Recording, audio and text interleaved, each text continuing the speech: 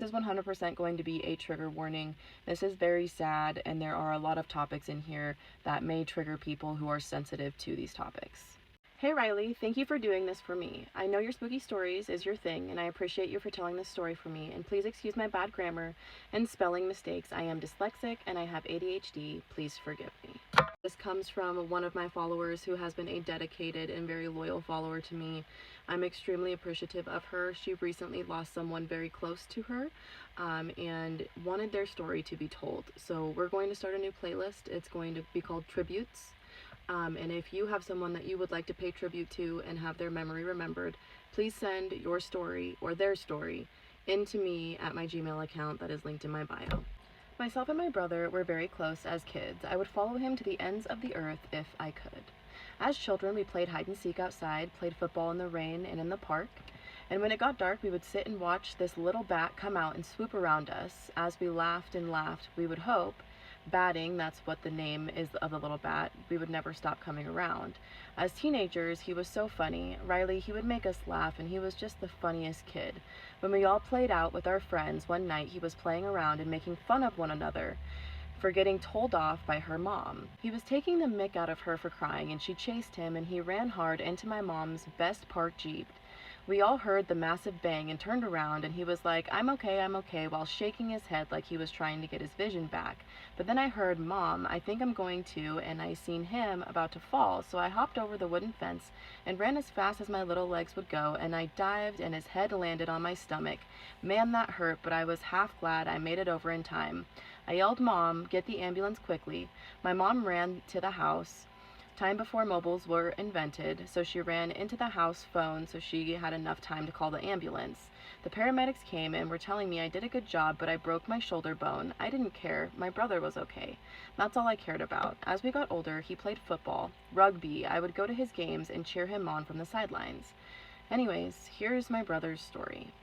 My brother was dating a much older woman. She had 5 children at the point. Now she's got 6, including my brother's son. He didn't care. He was the best stepdad anyone could have asked for, but his girlfriend was abusing him. I didn't know anything at that point until one day I was dropping off my children at a nursery, kindergarten to you. I went in to say hi to my mom and dad, and I asked my dad where my mom was. He said she's seeing your brother. Cool, I'll go and say hi to them, I guess. So I thought I would walk down there. It's only 2 doors down. I knocked and walked in. No one heard me. I can hear the panic in my brother's voice. Mom, please get her off of me. My mom was scared of her, so she wasn't stepping in. I ran and yelled, get the F off my brother, you bitch. And I full on had thrown hands with her, and she had my brother pinned to the wall by his throat. I looked at my brother and I told him, get your stuff, you're staying with me at my house. He said, I can't do that to you, Linda. I said, yes, you bloody well can. I have a spare room, you'll be safe with us, myself, my husband, and my kids. So he packed his bag and he stayed with me, but like any abusive person, she convinced him to go back to her. I begged him not to, but he had his son he had to think about. He was a bloody good dad. 2 days later, we are walking at the same time, and I look over at him. He's got a black eye. I said, what happened? Oh, I hurt myself at work. I didn't believe him, and things got worse. 4 days later, my mom is calling me. Can you come to the house, please, Linda? What's wrong, Mom? You sound panicked.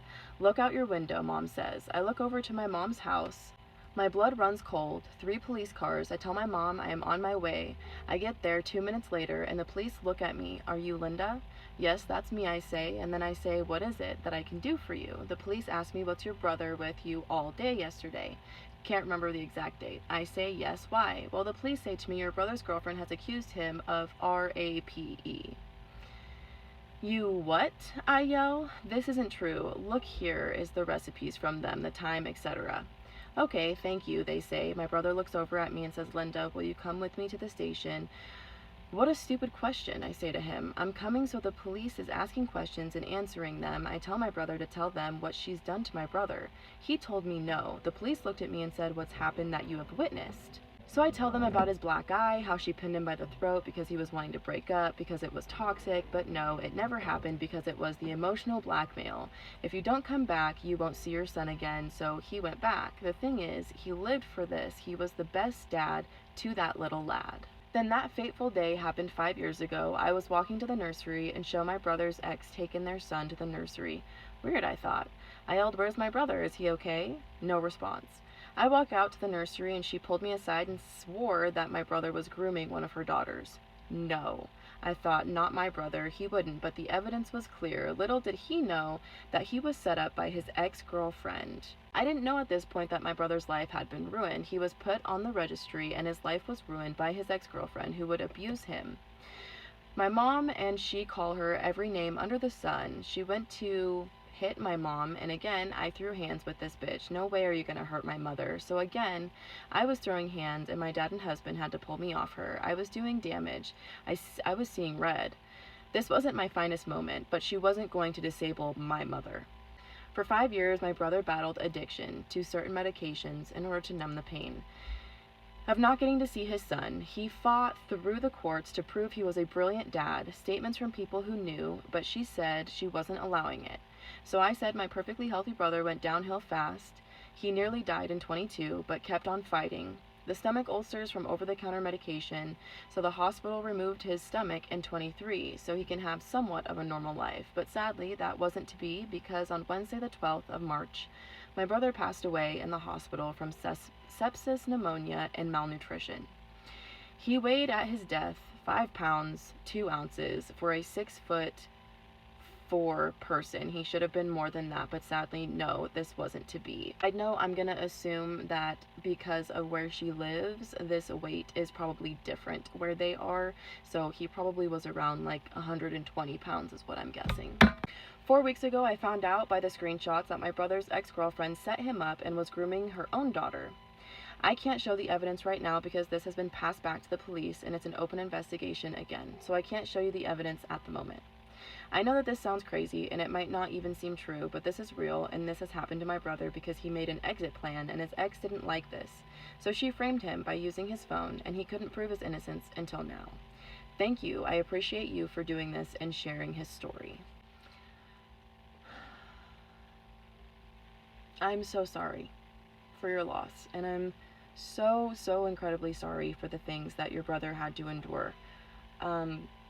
It is very unfortunate that there is a very small percentage of men that will be mistreated in this sense and that will have the laws, no matter where they are, used against them to someone's benefit.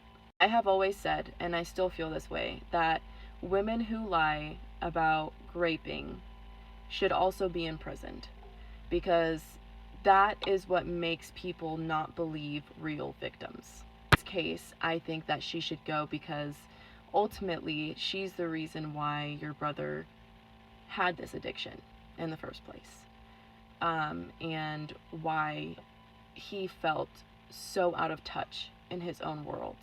The fact that he was losing his son and losing his entire life because he continued to go back to the person that was abusing him. Now, obviously, we do not know both sides of the story, and I'm going to take your word for truth.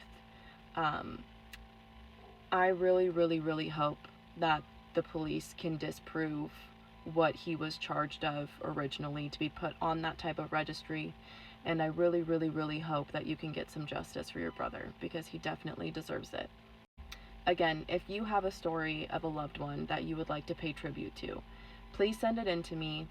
Let me know what type of story it is, if you want your information read, etc., and I will put it out for you. On that very sad note, I hope you all have a fantastic day, and I will catch you in the next story.